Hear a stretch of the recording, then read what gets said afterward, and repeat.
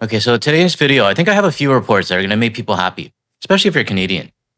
The first one's titled, Orange Guy's Canada Trade War Hits Jack Daniels and Jim Beam with the devastating $143 million loss. Oh no, that's so sad. Anyways, there is somebody that is benefiting from this. I have a report out of CTV that talks about how the Ontario distilleries are actually benefiting from this.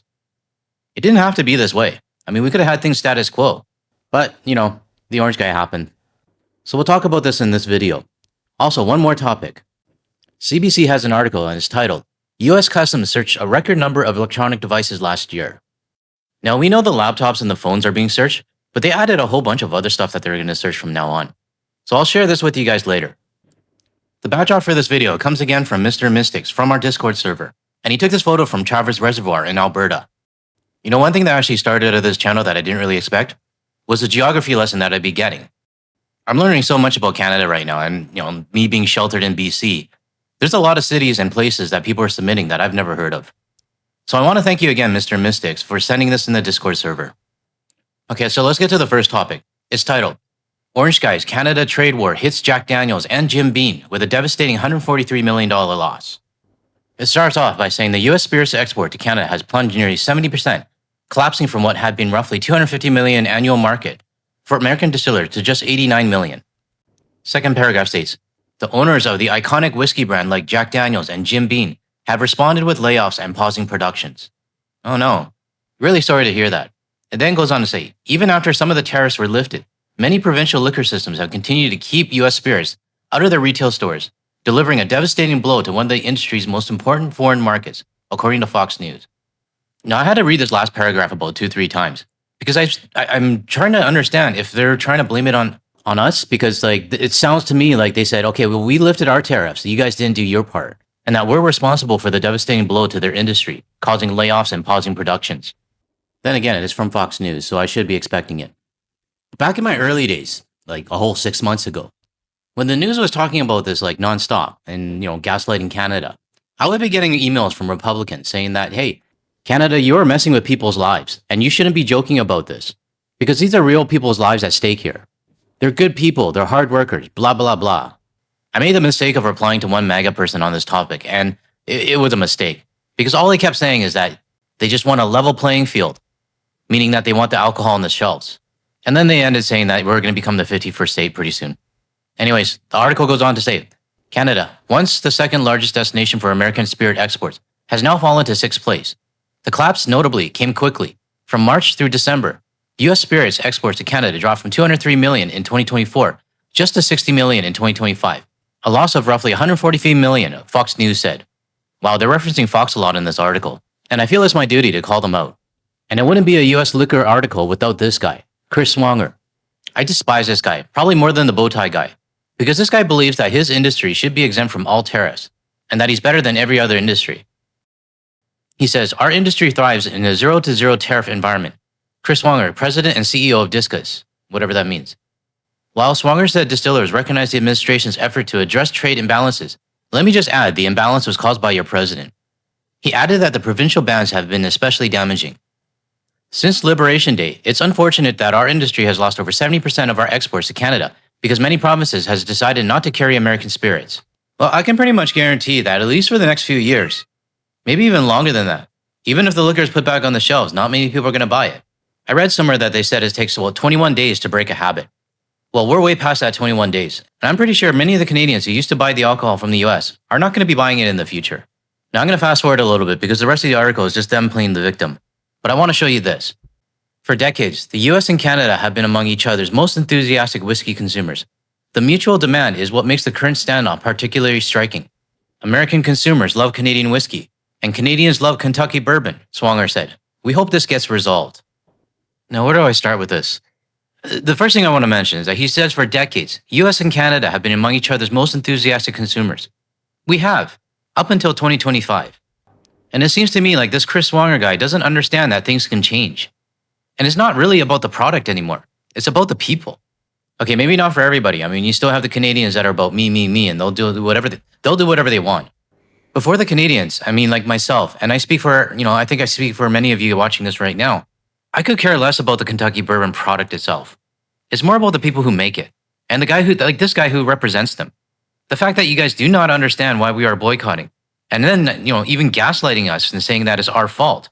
But the main thing is that you guys actually voted for this. Kentucky is overwhelmingly red, which means that probably a good majority of the distillers, the people that are, who the businesses are hurting right now, they are the ones that caused this.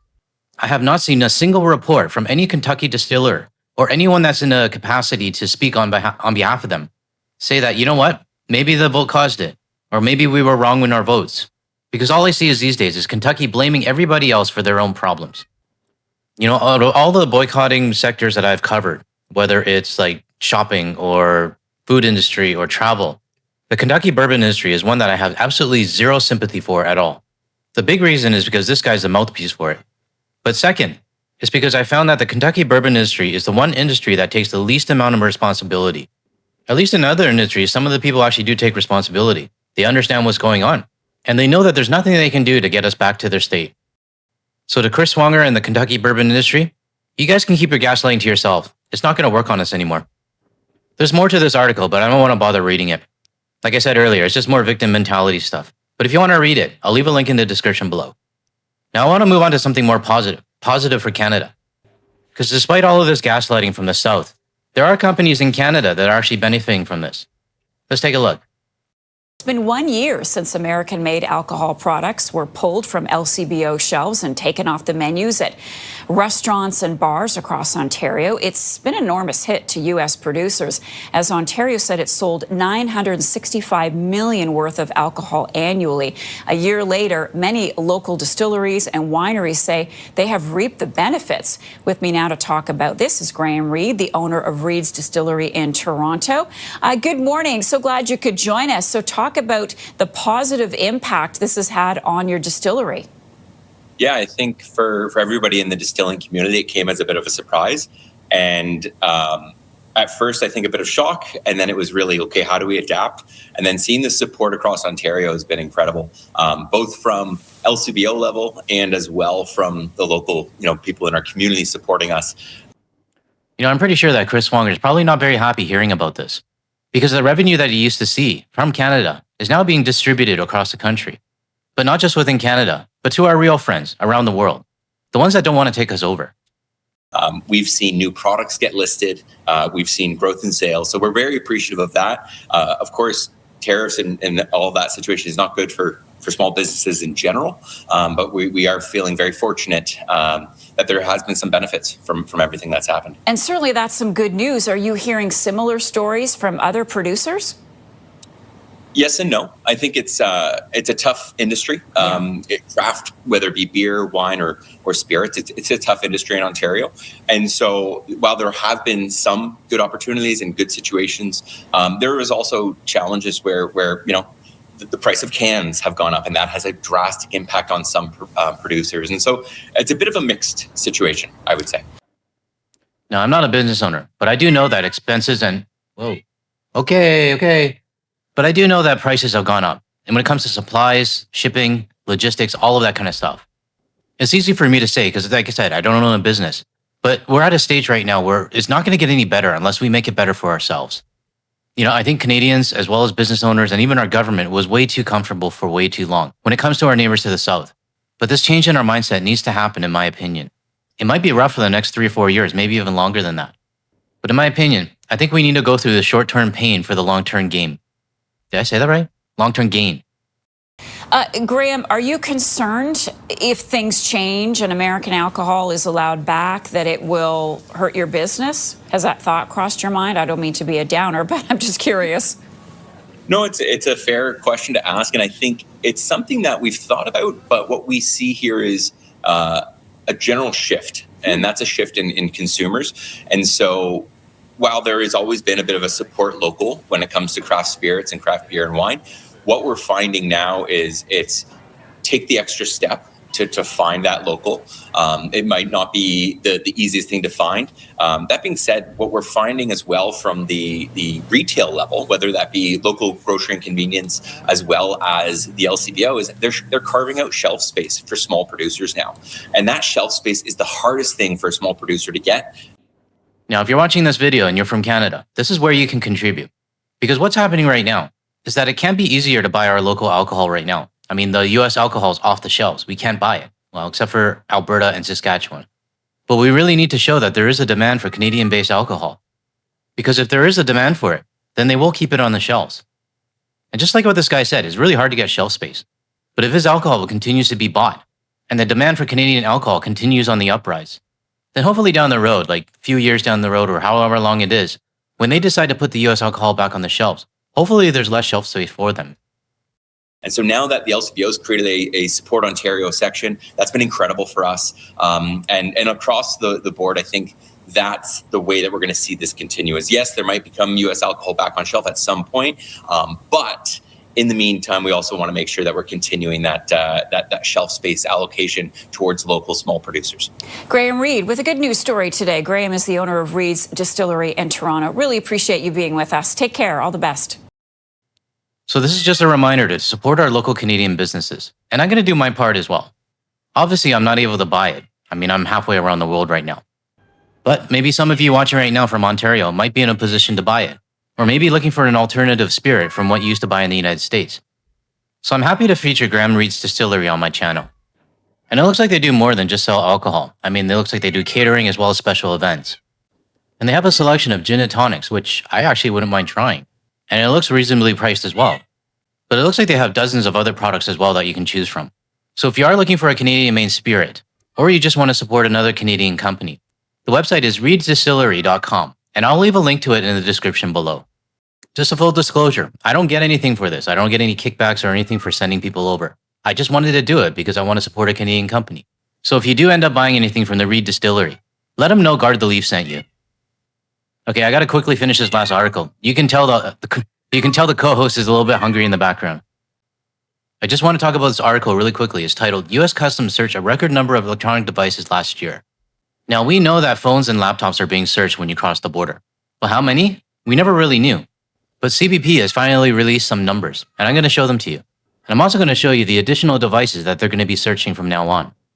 This paragraph states, officers searched 55,318 computers, cell phones, and other devices in 2025, up 17.6% from the 47,047 devices searched in 2024, and up 32.4% in the 41,767 devices searched in 2023, according to statistics from the U.S. Customs and Border Protection. Now, this is just me putting my tinfoil hat on, but I'm not sure about it only being a 17.6% increase. I mean, we already know that any number that comes from this U.S. administration, it's probably bullshit. I mean, didn't the orange guy fire the person that was in charge of stats or something like that? I don't know. Anyways, I'll take it at face value.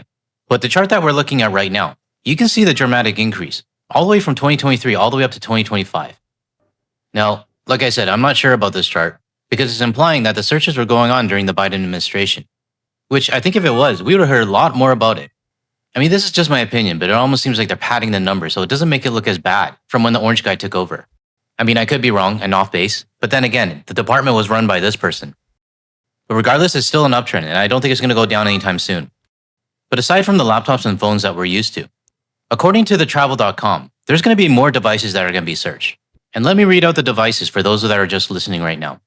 Devices to be searched by CBP, mobile devices, smartphones, cell phones, computers and laptops, tablets, storage media, hard drives, external drives, USB drives, SIM cards, memory cards, imaging devices, cameras, drones, unmanned aircraft systems, other digital devices, smartwatch, wearable technology, vehicle infotainment systems. So in other words, they just did a blanket cover of anything that is electronic, basically to cover their ass in case they ask you for any device that you're carrying. But not only that, we already know that there's reports that even if you bring a burner phone to the United States, that will make them suspicious right away as well. So damned if you do or damned if you don't. It's literally easier to go to China, Cuba, Laos, maybe even North Korea and Vietnam, who are actual communist countries. I mean, so much for the land of the free. So I guess what's my takeaway from here? I mean, it's not changing from any other video I did. You can avoid these potential situations by just not going to the United States. I mean, with these extra devices, it's just adding to the top of like dozens of other things and reasonings why we shouldn't be supporting the United States. Okay, I gotta get going. As you can tell, the co-host has been very active in this video. I don't think she's hungry because there's still food out. I think she just really wants attention. So I'm gonna go spend some time with her. If you found any value in anything I said today, or you agree with anything I said, or you want to hear more from a Canadian or international perspective without the US media bias, make sure you hit the like and subscribe button below. That way you're notified of my future videos. Thanks everyone. I'll catch you in the next video.